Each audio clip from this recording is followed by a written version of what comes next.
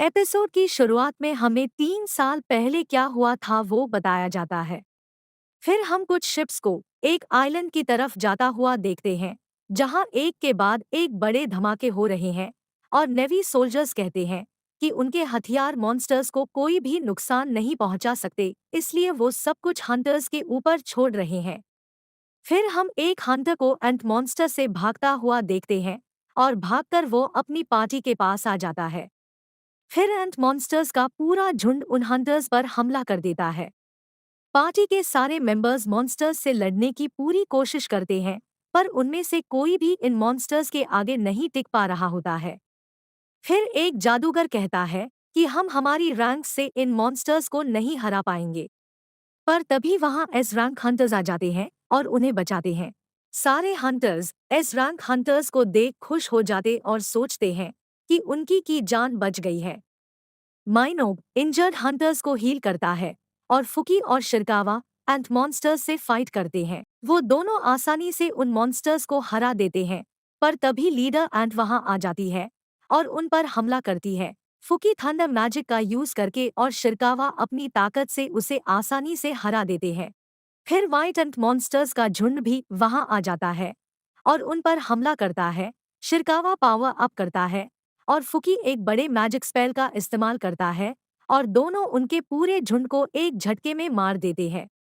फिर हम एक और एस रैंक हंटर मोगामी को देखते हैं, जो शहर में दूसरे हंटर्स के साथ एंट मॉन्स्टर्स से लड़ रहा होता है। वो अपने फायर मैजिक से लो लेवल एंट्स को एक बार में मार देता है और वाइट एंट से बाकी हंटर्स के साथ लड़ता है। फिर हमें बताया जाता है कि 10 साल पहले इस दुनिया में एक गेट खुला था, जो इस दुनिया को दूसरी दुनिया से कनेक्ट करता है, और गेट के उस पार खतरनाक मॉन्स्टर्स होते हैं जिन्हें ऑर्डिनरी हथियारों से नहीं मारा जा सकता है। इसलिए लोग जिनकी पावर्स अवेकन हो गई है वही इन मॉन्स्टर्स से लड़ते हैं और उन लोगों को हंटर्स कहा जाता है। हंटर्स कई तरह के होते हैं: S rank, A rank, B rank, C rank, D rank, E rank. और जिसकी भी पावर एक बार अवेकन हो गई हो वो दोबारा से अवेकन नहीं होती है।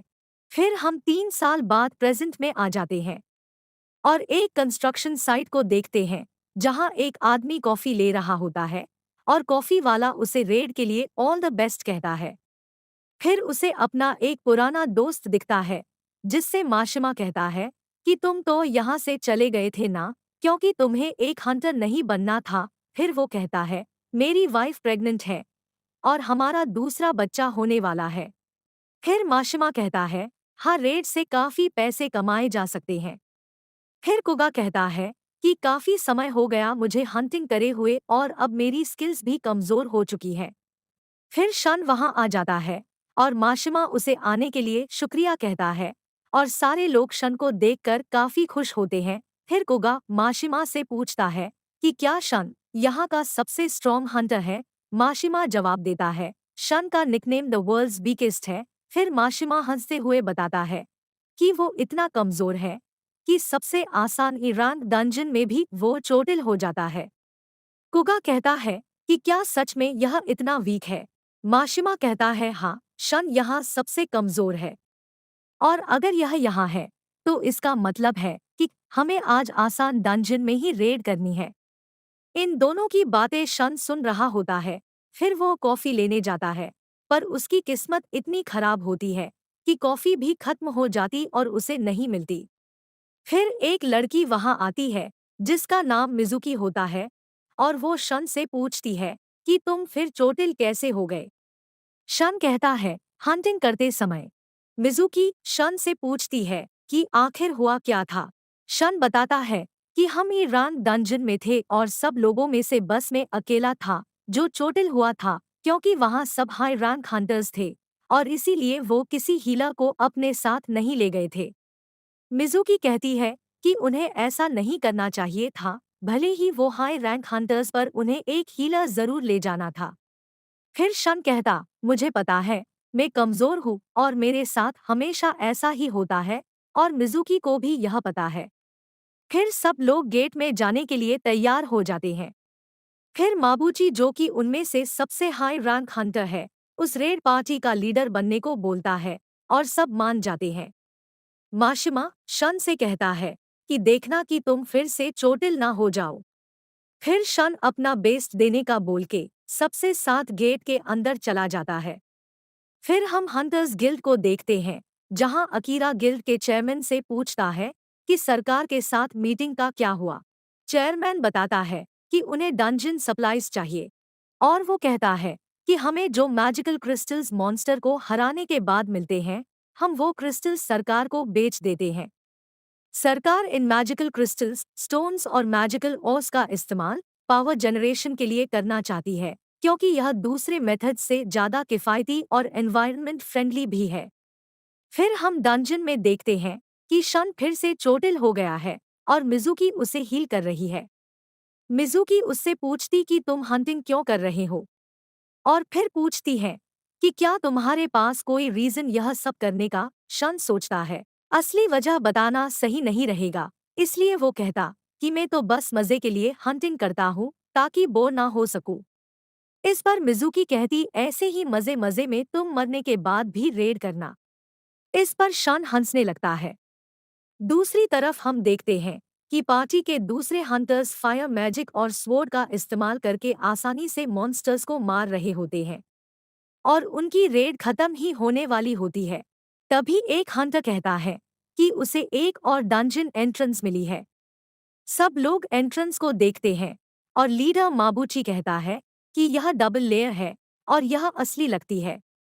फिर वो अपना फायर मैजिक गेट के अंदर मारता है और कहता है कि डंजन का गेट तब तक बंद नहीं होता जब तक कोई डंजन के बॉस को हरा ना दे।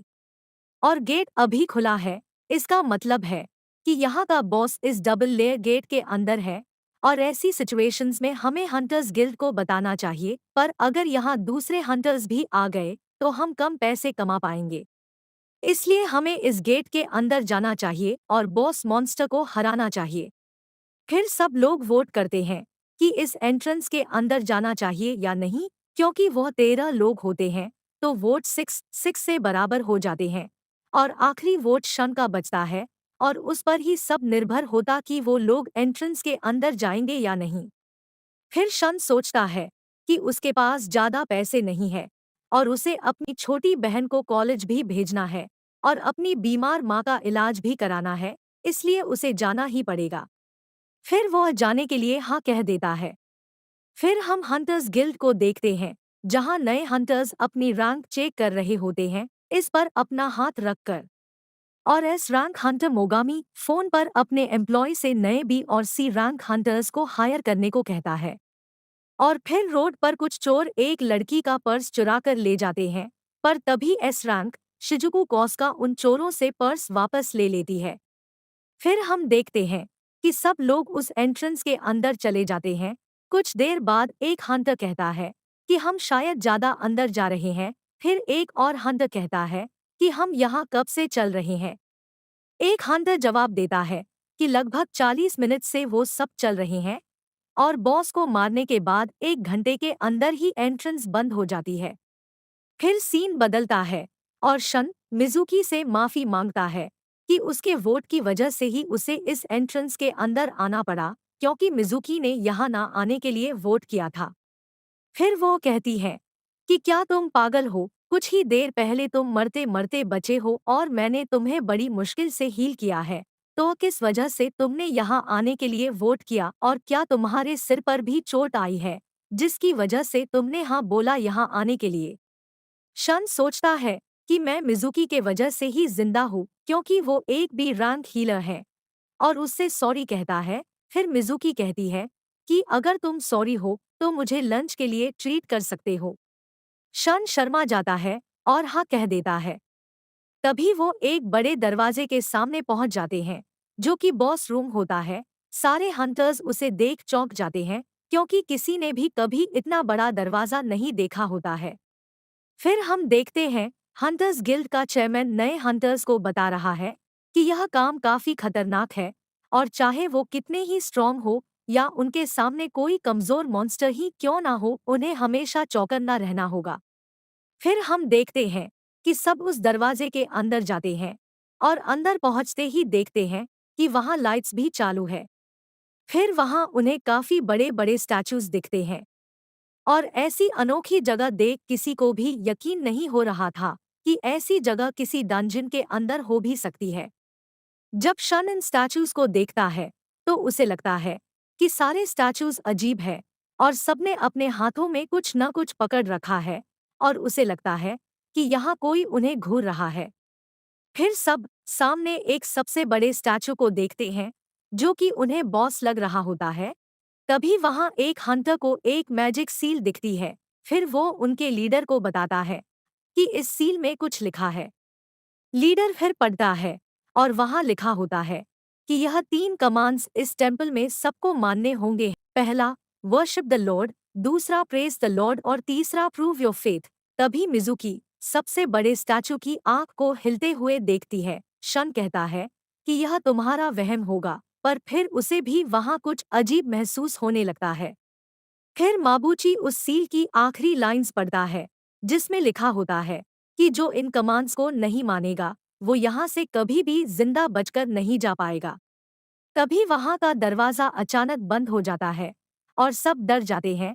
यह देख एक हंटर कहता है कि तुम सब पागल हो, हमें यहाँ आना ही नहीं चाहिए था और अब मैं यहाँ से जा रहा हूँ। तभी माबूची चिल्लाकर उससे कहता है कि रुको, दरवाजे को हाथ मत लगाना। दरवाजे को हाथ लगाते ही एक स्टैचू हिलता है और अपने हथियार से एक झटके में उसे मार देता है। यह देख सब बहुत डर जाते हैं और फिर सबसे बड़ा वाला बॉस स्टैचू भी हिलने लगता है। सारे लोग उस स्टैचू को हिलता देख डर जाते हैं और कहते हैं कि क्या अब हमें इन सब स्टैचूज से लड़ना पड़ेगा। जो हंटर मारा गया है उसकी रैंक डी होती है। यह देख शन भी घबरा जाता है क्योंकि उसकी रैंक ई है। फिर शन कहता है कि यह डी रैंक डंजन है, तो इसमें इतने पावरफुल मॉन्स्टर्स कैसे हो सकते हैं जो एक डी रैंक हंटर को बस एक हिट में ही मार दे। तभी बड़ा वाला स्टैचू भी अपनी आंखें हिलाता है और शन उसे अपनी डरी हुई आंखों से देखता है। फिर हम शन की मेमोरीज को देखते हैं जिसमें जब वो अपनी पहली रेड पर गया था तो वो अपनी पार्टी से अलग हो गया था और खो गया था। फिर उसे एक ईरान मॉन्स्टर ने बैक पर मारा था जिससे उसे हफ्तों हॉस्पिटल में एडमिट रहना पड़ा था। और एक बार तो वो डंजन में फंस गया था और भूखा ही मारने वाला था। उसे लो रैंक डंजन्स में भी कई सारी परेशानियों का सामना करना पड़ता था। दूसरे हंटर्स मैजिकल स्टोन्स के बदले नए इक्विपमेंट्स लेते थे और ताकतवर मॉन्स्टर्स को हराते थे, पर वो कभी भी अपने लिए नए इक्विपमेंट्स नहीं ले पाया क्योंकि उसके सारे पैसे उसकी फैमिली के लिए खर्च हो जाते थे। फिर हम देखते हैं कि सग हर बार लो रैंक डंजन से चोटिल होकर आता था जिसकी वजह से लोग उसका मजाक बनाने लगते थे और उसे सबसे कमजोर हंटर कहते थे। पर हर वो अपनी सराउंडिंग्स पर नजर रखता था। फिर हम प्रेजेंट में आ जाते हैं जहां बड़ा वाला स्टैचू अपनी आंखों से लेजर बीम की तरह मैजिक का यूज करता है और तभी शन सबसे नीचे झुकने का कहता है ताकि वो उससे बच सके। शन मिजुकी को पकड़कर नीचे झुकता है। वह लेजर मैजिक इतना पावरफुल होता है कि कुछ हंटर्स को तो मार ही देता और बाकी लोग भी उससे बाल बाल बचते हैं। इसके बाद फिर माबूजी सबसे चिल्लाकर कहता है कि कोई भी अपनी जगह पर खड़े मत होना, नहीं तो वो स्टैचू हम पर वापस हमला कर देगा। सब लोग माबूजी की बात मानते हैं और कोई भी अपनी जगह से नहीं हिलता। मिजुकी कुछ ज्यादा ही डर जाती है और अपनी आंखें भी नहीं खोल पाती। फिर माबूची शन से कहता है कि जो लोग अपनी जगह से हिले सिर्फ वही लोग मारे गए और जिनने तुम्हारी बात मानी और नीचे झुके बस वही जिंदा बचे हैं। फिर शन माबूजी के हाथ को देखता है जो आधा कट चुका है और खून बहने से रोकने के लिए उसकी मदद करता है। फिर वो शन से उस बड़े स्टैचू की रैंक के बारे में पूछता है। शन कहता है उसे नहीं पता, वो कभी डी रैंक से ऊपर रेड्स में गया ही नहीं। माबूची बताता है उसके हिसाब से यह जगह और यह बड़ा स्टैचू एस रैंक के हैं। फिर वो टेम्पल के 3 कमांड्स के बारे में कहता है और अगर वो उन कमांड्स को फॉलो नहीं करेंगे तो मारे जाएंगे। फिर हम शन की छोटी बहन को देखते हैं जिससे उसकी फ्रेंड शन के बारे में पूछ रही होती है कि वो कैसा हंटर है। फिर सीन बदलता है और हम डंजन में देखते हैं एक हंटर कहता है कि मैं ऐसे नहीं मर सकता, मैंने फाइनली एक बड़ी गिल्ड ज्वाइन करी है। फिर वो हंटर वहां से भागने के लिए तैयार हो जाता है। शन उससे हिलने को मना करता है, पर वो हंटर कुछ नहीं सुनता और कहता है कि वो अपनी स्पीड पर भरोसा करता है और एक झटके में ही वो इस गेट से बाहर निकल जाएगा। फिर वो हंटर दरवाजे से बाहर निकलने के लिए जंप करता है, पर वो बड़े वाले स्टैचू के हमले से नहीं बच पाता और मारा जाता है। यह देख शन कहता है कि यह हमें कभी भी मार सकते हैं, तो अभी तक हमें इनने जिंदा क्यों रखा है। फिर शन समझ जाता है कि जब भी कोई दरवाजे के पास जाता है तो गार्ड स्टैचू उस पर हमला करता है, और जब कोई अपनी जगह से हिलता है तो बड़ा वाला स्टैचू लेजर बीम से उसे मार देता है। उसे समझ में आ जाता है कि उस कमरे में कुछ नियम यानी कमांड्स हैं जो वहां सबको मानने पड़ेंगे। फिर शन माबूजी से कहता है कि इस डंजन के अंदर एक रूल है, और नीचे झुकते हुए बड़े स्टैचू की तरफ जाने लगता है। माबूजी शन की आंखों में देखकर समझ जाता है कि यह आंखें उसकी है जो मरना नहीं बल्कि जीना चाहता है। फिर शन स्टैचू की तरफ आगे बढ़ता है और वो स्टैचू भी शन को ही देख रहा होता है। शन को समझ आ जाता है कि स्टैचू जब हमला करता है तब हम खड़े होने वाले होते हैं, और कहता है कि वो पहले कमांड का मतलब समझ गया है। फिर शन चिल्लाकर सबको कहता है कि स्टैचू के सामने झुक जाओ। माबूजी फिर शन से पूछता है कि क्या तुम्हें समझ आ गया है। शन कहता है कि अगर हम इस स्टैचू के सामने झुक जाएंगे तो यह हम पर हमला नहीं करेगा, और कहता है कि वर्शिप द लॉर्ड जो कि पहला कमांड है, उसका मतलब है कि हमें इस स्टैचू के सामने झुकना होगा। बाकी सब लोगों के पास कोई और रास्ता नहीं होता, इसलिए वो शन की बात सुनकर उस स्टैचू के सामने झुक जाते हैं। पर जैसे ही सब लोग स्टैचू के सामने झुक जाते हैं, वो स्टैचू अपना एक्सप्रेशन बदल लेता है और हंसने लगता है। सारे लोग ऐसी हंसी देख डर जाते हैं। फिर उगा माशिमा से कहता है कि यह स्टैचू अब हमारे ऊपर हमला नहीं कर रहा है, और इसका मतलब है कि अब हमारी जान बच गई है। और फिर वो अपनी जगह पर खड़ा हो जाता है। उसको देख बाकी लोग भी समझने लगते हैं कि अब हमारी जान बच गई है और अब हम यहाँ से जा सकेंगे, और वो लोग भी स्टैचू के सामने वापस खड़े हो जाते हैं। शन चिल्लाकर सबसे मना करता है कि अभी कोई भी खड़ा ना हो, पर तभी वो स्टैचू हिलने लगता है और फिर खड़ा हो जाता है। सारे लोग उस स्टैचू को खड़ा देख डर जाते और उन्हें समझ नहीं आता कि अब क्या करना चाहिए। माबूजी शन से पूछता है कि क्या तुम्हारे पास कोई प्लान है इस सिचुएशन से बचने के लिए। शन फिर सबसे कहता है कि पहले कमांड में हमें इस स्टैचू को वर्शिप करना था, यानी इसकी पूजा करनी थी, और दूसरा कमांड प्रेज द लॉर्ड है, तो इसका मतलब है कि हमें अब इस स्टैचू की तारीफ करनी होगी और हो सकता है कि फिर हम सब बच जाए। फिर एक हंटर कहता है कि मैं चर्च का हिस्सा था, तो मैं आसानी से इस स्टैचू को प्रेस यानी उसकी तारीफ कर सकता हूँ।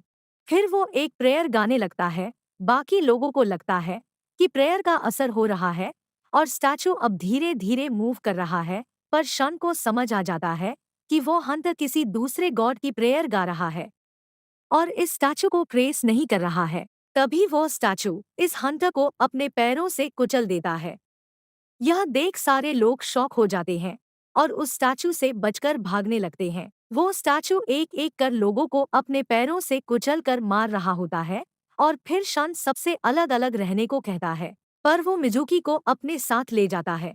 फिर हम कुगा को भागते हुए देखते हैं, जो कहता है कि वो यहाँ नहीं मर सकता है, और याद करता है कि उसकी वाइफ ने उसे हंटर बनने जैसा खतरनाक काम छोड़ने को कहा था, पर वो अपने बच्चों के लिए पैसे कमाना चाहता था, इसलिए वो इस रेड में आज आया था।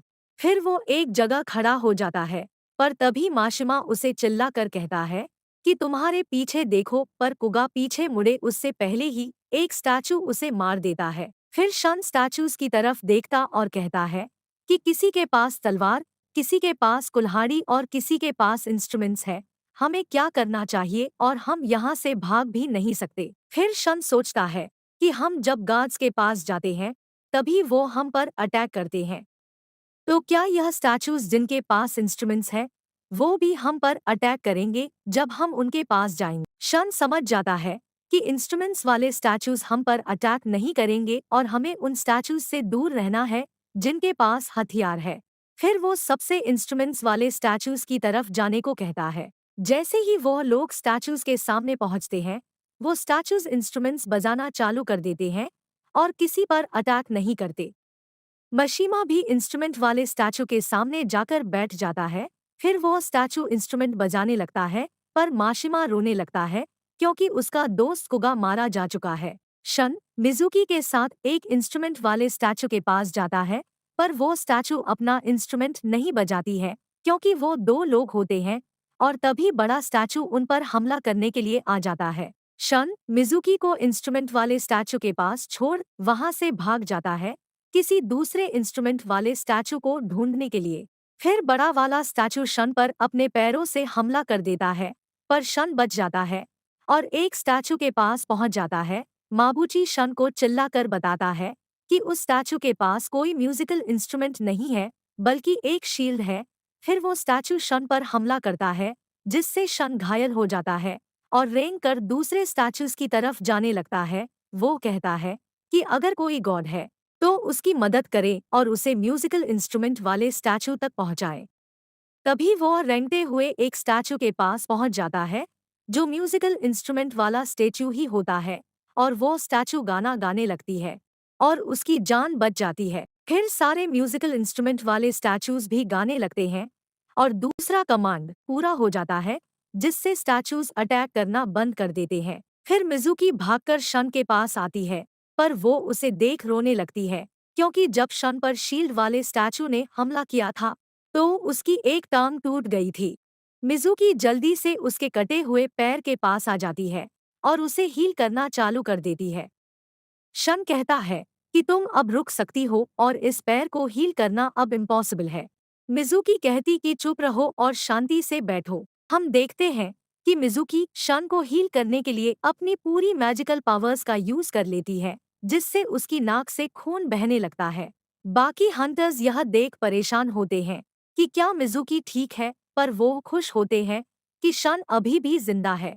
फिर माबूची कहता है कि हम यहाँ 17 लोग आए थे और अब बस 6 ही लोग बचे हैं और 2 लोग काफी ज्यादा घायल हैं। माशिमा मबुची से कहता है कि दुख की बात है कि तुम्हारा एक हाथ कट चुका है, पर इस सब के लिए जिम्मेदार भी तुम ही हो क्योंकि तुम ही हमें यहाँ लाए थे और तुम्हें सजा होगी जब हम यहाँ से बाहर निकल जाएंगे।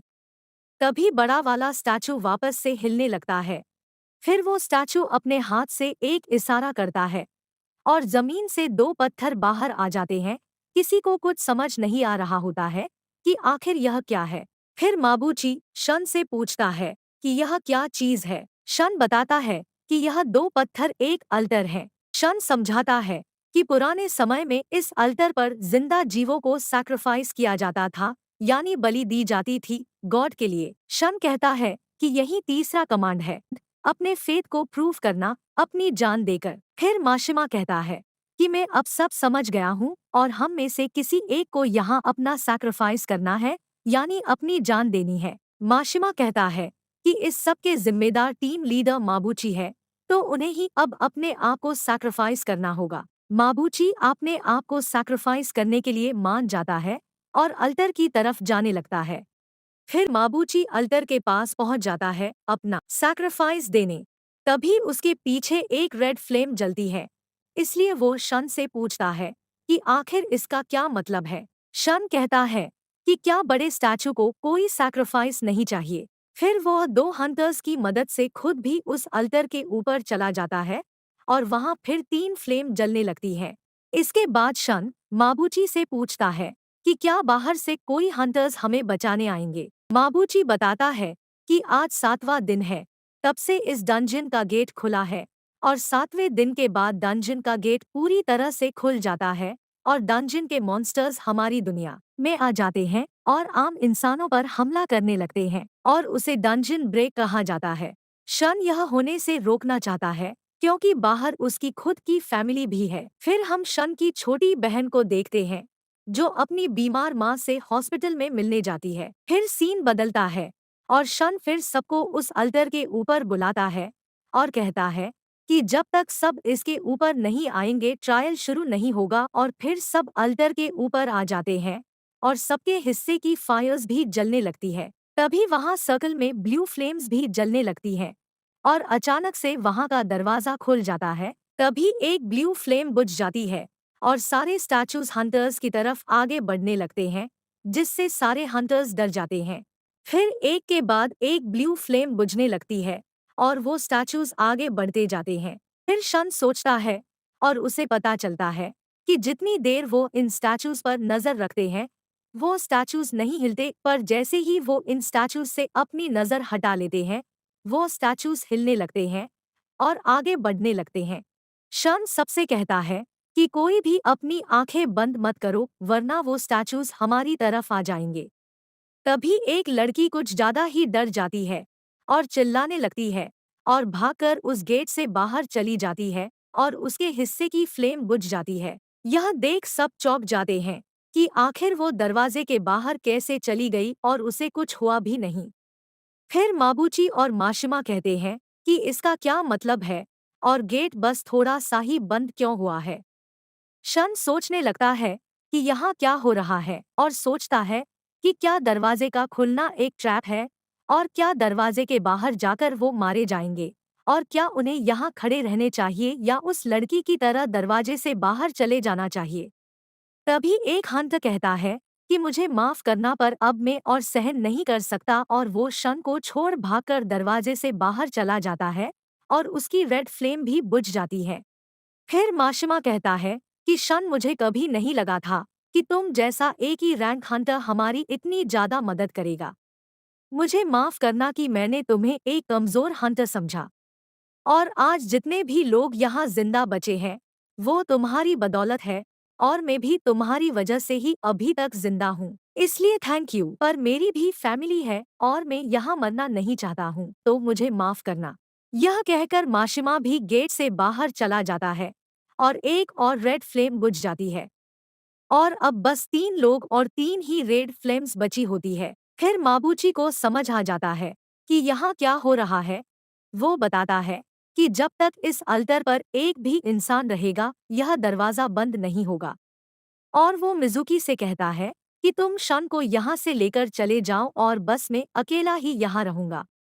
पर मिजुकी अपना पूरा मैजिक पावर यूज कर चुकी है, जिससे अब वो खड़ी भी नहीं हो पा रही थी। यह देख शन माबूची से कहता है कि आप मिजुकी को यहाँ से लेकर चले जाओ और मैं यहाँ रुक जाऊंगा, क्योंकि मेरा एक पैर टूट चुका है और अब मैं चल भी नहीं पाऊंगा। मिजुकी चिल्लाकर शन से कहती है कि मैं यहाँ रुक जाऊंगी, पर तुम चले जाओ। शन मिजुकी से कहता है कि मैंने साथ डिनर करने का प्रॉमिस किया था ना, इसलिए पहले तुम खा लेना और बाद में मैं तुम्हें ज्वाइन कर लूंगा, और उसे अपना मैजिकल कोड दे देता है पेमेंट के लिए। माबूची मिजुकी को बेहोश कर वहां से ले जाता है और आखिर में बस शन ही अकेला वहां बचता है। फिर शन कहता है कि शुक्र है कि बाकी सब बाहर चले गए। तभी सारे स्टैचूज उसकी तरफ आने लगते हैं। फिर शन को एक तलवार मिलती है, जिसे उठा वो कहता है कि कम से कम मैं एक मॉन्स्टर को तो मारूंगा ही। इसके बाद फिर सारे स्टैचूज एक के बाद एक शन पर हमले करते जाते हैं। शन लगभग बेहोश ही होने वाला होता है, पर तभी एक स्टैचू भाले से शन पर हमला करता है और उसे ऊपर उठा लेता है, फिर अल्टर पर पटक देता है। शन कह रहा होता है कि उसे अभी नहीं मरना, उसकी भी फैमिली है। भले ही यहाँ रुकने का डिसीजन उसी का था, पर फिर भी उसे अभी नहीं मरना और उसे बस एक और चांस चाहिए लाइफ दोबारा से जीने का। तभी वो स्टैचू अपने भाले से एक बार फिर से शन पर अटैक करने के लिए आता है, पर तभी सारी ब्लू फ्लेम्स बुझ जाती है और शन के सामने एक स्क्रीन आ जाती है जिसपे लिखा होता है कि सीक्रेट क्वेस्ट की सारी रिक्वायरमेंट्स पूरी हो चुकी हैं और इस क्वेस्ट का नाम होता है courage of the weak. Screen पर आता है कि तुमने प्लेयर बनने का मौका हासिल किया है और आपके पास बस 2 ही सेकंड्स बचे हैं मरने से पहले इस मौके को एक्सेप्ट करने के लिए। इसके बाद फिर हम शन को एक हॉस्पिटल में देखते हैं। फिर शन की आंखें खुलती है और वो सोचता है कि वो यहाँ कैसे आ गया और क्या उसने अभी एक बुरा सपना देखा। तभी दरवाजे से हंटर्स गिल्ड के 2 ऑफिसर्स आ जाते हैं। शन उनसे पूछता है कि ऑफिसर्स को मुझसे क्या काम है। वो बताते हैं कि तुम 3 दिन से बेहोश हो और हम तब से तुम्हारा वेट कर रहे हैं। शन ऑफिसर से माबूची और मिजुकी के बारे में पूछता है कि क्या वो दोनों ठीक हैं। ऑफिसर शन को बताते हैं कि वो दोनों ठीक है, पर माबूची का हाथ कट गया था, इसलिए अब माबूची शायद ही हंटर्स गिल्ड को दोबारा ज्वाइन करे और मिजुकी भी अभी सदमे में है, तो वो भी अब शायद ही वापस से हंटर बनने का काम करे। फिर ऑफिसर्स शन से कहते हैं कि उस डंजन से, जो कि एक डबल लेयर डंजन था, बस 6 ही लोग वापस लौटे हैं, और एक साथ इतने ज्यादा लोगों का डंजन में मर जाना एक अनोखी बात है। और वो कहते हैं कि जब इंस्पेक्टर्स और व्हाइट टाइगर गिल्ड वहां पहुंचे तो वहां बस उन्हें तुम ही अकेले मिले, वो भी एक अल्टर पर बेहोशी की हालत में। यहाँ तक कि उन्हें वहां कोई भी स्टैचूज नहीं दिखे और ना ही किसी मरे हुए हंटर की बॉडी उन्हें मिली। शन उनकी बात पर यकीन नहीं कर पा रहा होता है। फिर वो ऑफिसर्स शन से कहते हैं कि हमें लगता है कि तुम्हारी डबल अवेकनिंग हुई है। शन उनसे डबल अवेकनिंग का मतलब पूछता है। वो बताते हैं कि जब एक हंटर की पहली बार अवेकनिंग होती है तो वो हंटर ताकतवर हो जाता है, पर रेयर केसेस में कुछ हंटर्स की डबल अवेकनिंग होती है जिससे वो हंटर्स और ज्यादा ही पावरफुल हो जाते हैं।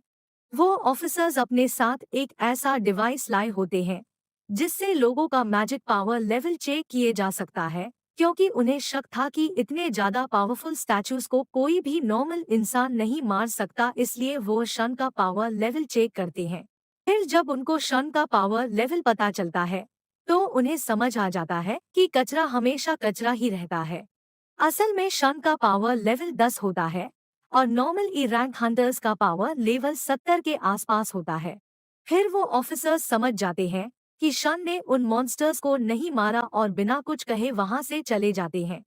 फिर शन के सामने एक स्क्रीन ओपन होती है जिसपे एक अनरेड मैसेज होता है। फिर शन सोचता है कि क्या यह स्क्रीन बस उसे ही दिख रही है, और उसका पैर अब पहले जैसा हो गया है और साथ ही उसकी बॉडी पर कोई भी चोटों का निशान नहीं है। इसलिए शन कंफ्यूज होता है कि क्या वो सब एक सपना था या एक हकीकत। तभी उसकी बहन वहां आ जाती है और पूछती है कि क्या तुम ठीक हो, और वो कहती है कि मैंने तुम्हें डंजन में जाने से मना किया था ना, और तुम फिर से घायल होकर आ गए, और अगर अब एक बार फिर तुम ऐसे ही घायल हुए तो मैं अपनी सारी पढ़ाई छोड़ दूंगी और एक जॉब करना चालू कर दूंगी। फिर शन अपनी बहन से पूछता है कि क्या उसे भी शन के सामने कोई स्क्रीन दिख रही है। उसकी बहन कहती है कि क्या तुम पागल हो, यहाँ कुछ भी नहीं है। फिर उसकी बहन चली जाती है। शन फिर अपनी स्क्रीन पर अनरेड मैसेजेस को खोलता है और उसके सामने कई सारी विंडोज ओपन हो जाती है जिसमें लिखा होता है कि सिस्टम प्लेयर को ताकतवर बनने में मदद करेगा और अगर प्लेयर सिस्टम की बातें नहीं मानता है तो उसे सजा होगी। शन को कुछ भी समझ नहीं आ रहा होता है। फिर वो याद करता है कि डंजन में भी उसे ऐसी ही स्क्रीन दिखाई दी थी।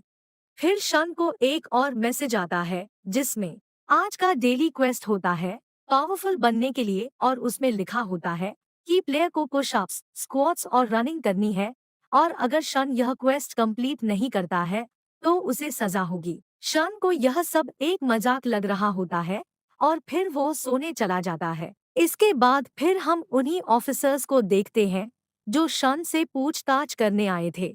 वो हंटर्स गिल्ड के चेयरमैन से बात कर रहे होते हैं और उन्हें बताते हैं कि शन को कोई भी डबल अवेकनिंग नहीं हुई है। चेयरमैन कहता है कि वो डबल लेयर डंजन काफी मिस्टीरियस था, इसलिए तुम इस केस को स्पेशल केस की तरह लो और अपनी इन्वेस्टिगेशन जारी रखो।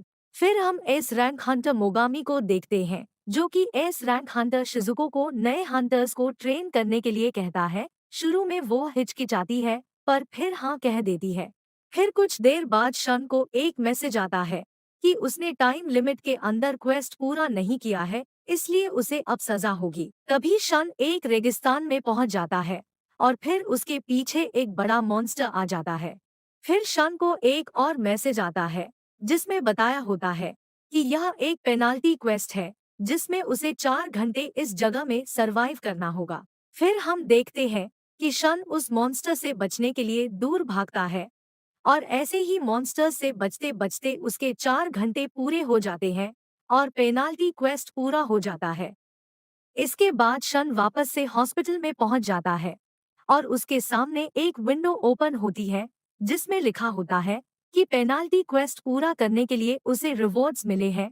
तभी वो बेहोश हो जाता है और एक नर्स उसे ऐसी हालत में देख बाकी स्टाफ को बुलाती है। फिर सीन बदलता है और हम मिजुकी को देखते हैं जिसे फोन पर एक डी रैंक मिशन ज्वाइन करने के लिए पूछा जाता है, पर वो मना कर देती है। और फिर उसे शन के बारे में भी पता चलता है कि वो अब ठीक है। फिर मिजुकी शन से मिलने हॉस्पिटल जाती है, पर शन को रनिंग करते देख वो शन से बिना मिले ही वहां से चली जाती है। फिर कुछ दिन बीत जाते हैं और हम देखते हैं कि दो नर्सेस आपस में बात कर रही होती हैं कि एक पेशेंट जिसका नाम शन है, वो रोज सुबह लगातार 4 घंटे रनिंग कर रहा है और उसे बस कुछ दिन पहले ही होश आया था। फिर हम शन को देखते हैं जो काफी थका हुआ दिखाई देता है और उसे समझ आ चुका होता है कि जो स्क्रीन उसके सामने ओपन हो रही है वो असली है और बस वो अकेला ही इस स्क्रीन को देख सकता है।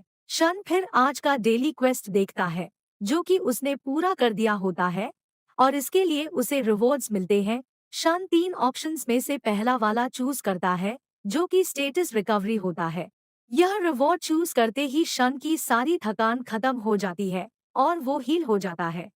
इसके बाद शन कहता है कि उसे रोज कुछ स्टैट्स पॉइंट्स भी मिलते हैं और साथ ही उसे रैंडम गिफ्ट बॉक्सेस भी मिलते हैं जिसमें से अजीब अजीब चीजें निकलती है और मैं इन स्टैट पॉइंट्स को यूज करके अपनी स्ट्रेंथ, एजिलिटी, इंटेलिजेंस, सेंस और विटालिटी को बढ़ा सकता हूँ जिससे मैं और ताकतवर बनता हूँ। इसके अलावा शन को इन्वेंट्री, स्किल्स और भी कई तरह के ऑप्शन स्क्रीन पर मिलते हैं जिससे उसे यह सब एक गेम की तरह ही लग रहा होता है। इसके बाद हम शहर में देखते हैं कि कई जगह डंजन गेट्स ओपन हो चुके हैं।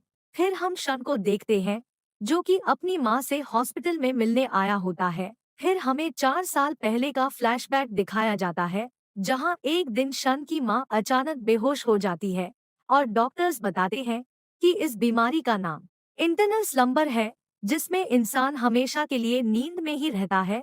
अभी तक इस बीमारी का कोई भी इलाज नहीं है। फिर शन अपनी माँ के इलाज के लिए पैसे जमा करने के लिए एक हंटर बन जाता है, हालांकि वो एक काफी कमजोर ई रैंक हंटर होता है। फिर हम प्रेजेंट में आ जाते हैं और शन एक दिन के लिए हॉस्पिटल से डिस्चार्ज लेता है और एक ट्रेन स्टेशन पर जाता है। वहाँ उसके हाथ में एक चाबी होती है जो कि उसे गिफ्ट बॉक्स के जरिए मिली होती है और उस पे लिखा होता है कि वो चाबी इंस्टेंट डंजन ओपन कर सकती है, पर चाबी बस इसी स्टेशन यूज होगी। फिर शन चाबी का इस्तेमाल करके एक डंजन ओपन कर लेता है। डंजन में एंटर करते ही वहाँ की एंट्रेंस बंद हो जाती है जिससे शन घबरा जाता है। तभी कुछ लोग शन के आसपास से गुजरते हैं। शन को लगता है कि यह कोई अलग ही डायमेंशन है जो कि नॉर्मल डंजन से काफी ज्यादा अलग है। फिर शन के पास एक विंडो ओपन होती है जिसमें लिखा होता है कि वो बिना डंजन बॉस को हराए इस जगह से बाहर नहीं जा सकता। तभी शन को कुछ आवाजें आने लगती है जिससे शन और भी ज्यादा डर जाता है, पर हिम्मत करके वो आगे जाने लगता है और आगे जाकर उसे 3 गोब्लिन्स दिखते हैं और वो तीनों ही शन पर हमला कर देते हैं। शन के पास छोटा सा नाइफ होता है जिससे वो अपने आप को बचा रहा होता है, पर फिर हिम्मत करके वो एक गोब्लिन को मार देता है और फिर तेजी में वो दूसरे गोब्लिन्स को भी मार देता है। तभी वहां एक बीस्ट मॉन्स्टर आ जाता है जो शन पर हमला करता है। शन अपनी स्टेटस एबिलिटी से देखता है कि उस मॉन्स्टर का नाम स्टील फेंग राइकन है। शन फिर कहता है कि उसके लिए इरैंक गोब्लिन्स को मारना काफी मुश्किल होता है, तो आखिर वो इस वुल्फ को कैसे मारेगा। शन इतना डर चुका होता है कि उसके पैर तक जमीन से नहीं हिल पाते, पर तभी वुल्फ उस पर हमला कर देता है। शन उसके हमले से बच जाता है और कहता है कि मेरे पास कोई हीलर भी नहीं है, तो अब मैं दोबारा घायल नहीं हो सकता हूँ। तभी राइकेन वुल्फ उस पर दोबारा हमला कर देता है। इसके बाद फिर हम देखते हैं कि शन एक वुल्फ मॉन्स्टर से फाइट कर रहा है। शन उसके अटैक को जंप करके और फ्लिप करते हुए डॉज कर लेता है और कहता है कि मुझे दोबारा से जिंदगी जीने का मौका मिला है, तो अब मैं दोबारा से नहीं मर सकता हूँ। शन फिर वुल्फ को एक पावरफुल पंच मारता है जिससे वो वुल्फ दूर जाकर गिरता है शन को यकीन नहीं होता कि वो इतना स्ट्रॉन्ग कैसे हो गया, पर फिर वो समझ जाता है कि डेली क्वेस्ट्स करके और स्टैट्स पॉइंट्स से स्ट्रेंथ बढ़ाकर वो इतना ताकतवर हो गया है। फिर वुल्फ वापस से खड़ा हो जाता है।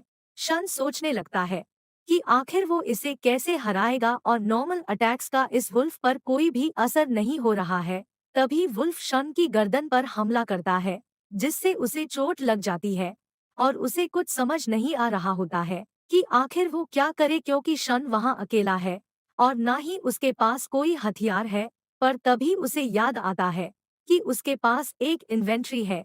फिर शन को इन्वेंट्री में एक तलवार मिलती है जो कि माशिमा की होती है और शन उसे इन्वेंट्री से निकाल लेता है।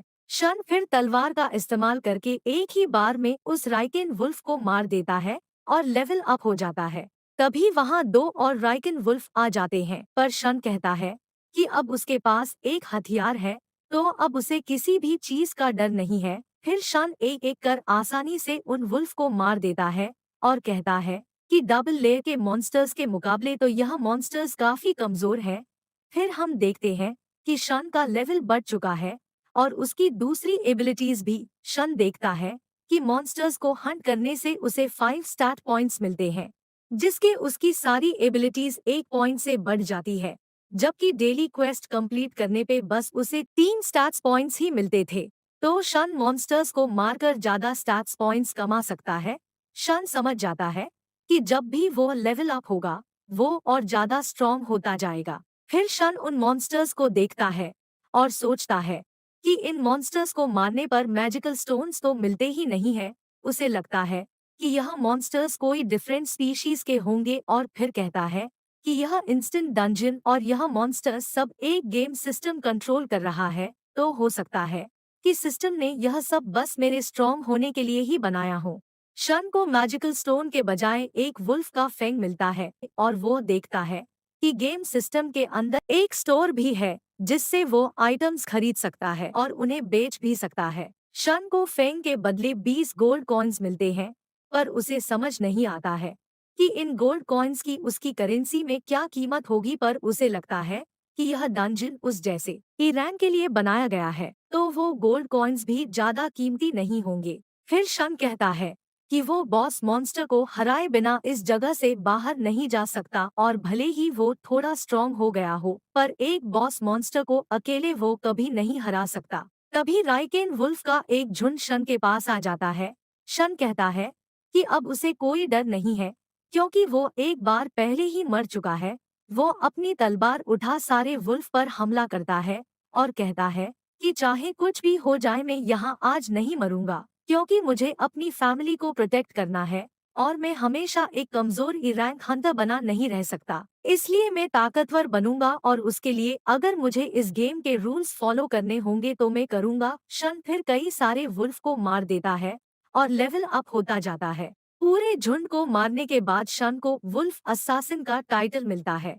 शन फिर अपनी इन्वेंट्री को चेक करता है, जिसमें 34 वुल्फ फैंग्स, 2 बॉन्ड डैगर्स और एक टेलीपोर्टेशन स्टोन भी होता है। शन टेलीपोर्टेशन स्टोन की मदद इस डंजन से बाहर जा सकता है, पर वो सोचता है कि अगर वो इस डंजन से चला गया तो हो सकता है कि वो इस जगह में कभी भी वापस ना आ पाए और स्ट्रॉन्ग बनने का ऐसा चांस उसे दोबारा कभी ना मिल पाए। इसके बाद फिर हम मिजुकी को देखते हैं, जिसे वापस से एक फोन आता है और उसे पास में ही दूसरे हंटर्स को ज्वाइन करने को पूछा जाता है, क्योंकि सिटी में एक डंजन रेक हो गया है और वहां से मॉन्स्टर्स बाहर आ रहे हैं। मिजुकी याद करती है कि शन भी स्ट्रॉन्ग बनने के लिए ट्रेनिंग कर रहा है और फिर वो हाँ कह देती है और दूसरे हंटर्स को ज्वाइन करती है। फिर शन डंजन में ही रहने का डिसाइड करता है और आगे बढ़ता जाता है। रास्ते में शन कई राइकन वुल्फ को मारता है और लेवल अप होता है। फिर आगे जाके उसे अलग अलग तरह के मॉन्स्टर्स मिलते हैं, जिन्हें अब शन आसानी से मार रहा होता है और लेवल अप होता है।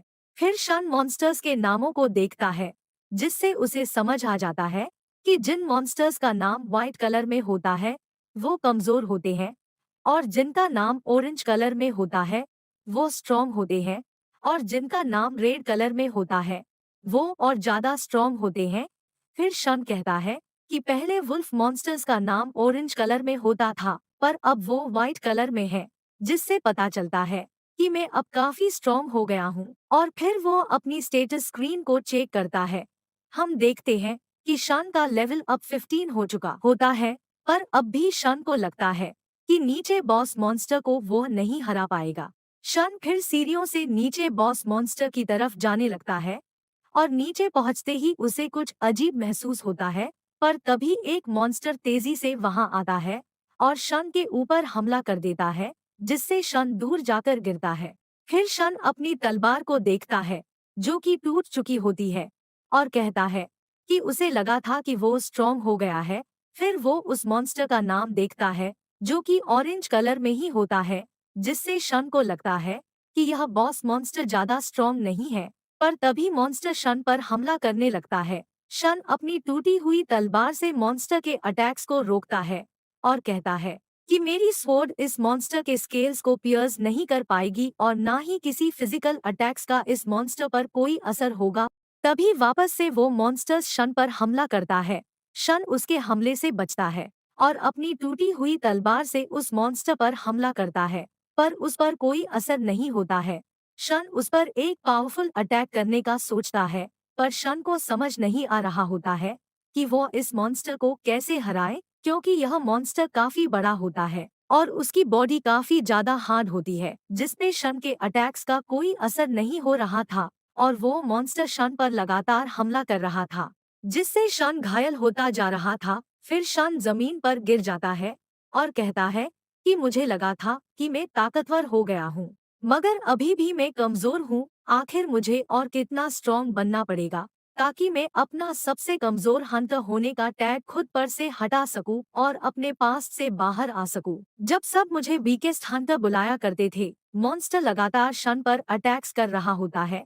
शन उन अटैक से बचने की कोशिश करता है और कहता है कि मुझे पता है कि मैं कितना ज्यादा कमजोर हूँ। डबल लेयर डंजन में मैंने बाकी हंटर्स की कितनी ज्यादा मदद की थी और उनकी जानें भी बचाई थी, मगर आखिर में सारे लोगों ने मुझे धोखा दिया और अकेले वहाँ छोड़ दिया। इसलिए मुझे स्ट्रॉन्ग बनना होगा। मैं हमेशा कमजोर बने हुए ही नहीं रह सकता। तभी मॉन्स्टर शन पर अपनी पूंछ से अटैक करता है, जिससे शन दूर जाकर गिर जाता है। शन वापस खड़ा होता है और कहता है कि मुझे ताकतवर बनना होगा। फिर शन अपनी टूटी हुई तलवार से मॉन्स्टर के ऊपर लगातार हमले करता जाता है और कहता है कि उन स्टैचूज के मुकाबले तो यह मॉन्स्टर कुछ भी नहीं है और इस मॉन्स्टर से मुझे बिल्कुल भी डर नहीं लग रहा। शन फिर अपने सारे स्टैट्स पॉइंट स्ट्रेंथ में लगा लेता है, जिससे उसकी फिजिकल स्ट्रेंथ काफी बढ़ जाती है। इसके बाद फिर वो उस मॉन्स्टर के ऊपर चढ़ जाता है और अपने दोनों हाथों से उस मॉन्स्टर पर जोर लगा रहा होता है। शन अपनी पूरी पावर लगा देता है, जिससे उस मॉन्स्टर की स्किन डैमेज होने लगती है। फिर शन अपनी पूरी पावर से उस मॉन्स्टर को अपने हाथों से दबाकर मार देता है। इसके बाद फिर हम शन को मॉन्स्टर के ऊपर बैठा हुआ देखते हैं, जिसने उस मॉन्स्टर को हरा दिया होता है और कहता है कि वो अब स्ट्रॉन्ग हो गया है। शन को कसाका वेनम और कसाका फेंग डैगर मिलते हैं। मॉन्स्टर को हराने के बाद फिर हम देखते हैं कि शन के कपड़े फट चुके हैं, उसकी तलवार टूट चुकी है और बॉडी हर जगह से दर्द कर रही है, मगर उसे एक पावरफुल ब्लेड मिल चुकी है जो कि उसी मॉन्स्टर के फेंग से बनी हुई होती है और वो ब्लेड किसी को भी पैरालिसिस कर सकती है। इसके बाद फाइनली शन उस डंजन से बाहर आ जाता है और वापस उसी स्टेशन पर आ जाता है। फिर ऊपर जाकर वो देखता है तो रात हो चुकी होती है और बारिश भी हो रही होती है। तभी वहाँ एक सोल्जर आता है। वो शन से कहता है कि तुम यहाँ क्या कर रहे हो और क्या तुमने न्यूज़ नहीं सुनी। शन सोल्जर से पूछता है कि यहाँ क्या हुआ। सोल्जर बताता है कि यहाँ एक डंजन ब्रेक हो गया है, जिसकी वजह से मॉन्स्टर सिटी के अंदर आ गए हैं। सोल्जर कहता है कि छोटे मॉन्स्टर्स को तो हंटर्स ने मार दिया है, मगर अभी भी डंजन का बॉस मॉन्स्टर सिटी में है और काफी हंटर्स उससे फाइट कर रहे हैं। शन की सेंस एबिलिटी बढ़ चुकी होती है, जिसकी वजह से शन बॉस मॉन्स्टर को सेंस कर पा रहा होता है और उसे समझ आ जाता है कि यह मॉन्स्टर काफी ज्यादा स्ट्रॉन्ग होने वाला है। फिर हम देखते हैं कि कुछ हंटर्स एक बड़े स्टोन गोलम, जो कि डंजन का बॉस मॉन्स्टर होता है, उससे फाइट कर रहे होते हैं। वहाँ काफी लोग भी होते हैं जो हंटर्स को मॉन्स्टर से लड़ते हुए देख रहे होते हैं। वो कहते हैं कि कब तक हंटर इस मॉन्स्टर को मारने वाले हैं, क्योंकि वो मॉन्स्टर वहां काफी नुकसान कर चुका होता है। हम देखते हैं कि वो हंटर्स उस मॉन्स्टर को हरा नहीं पा रहे होते हैं और बस एक दूसरे पर ही इल्जाम लगा रहे होते हैं। फिर वहां शन भी आ जाता है।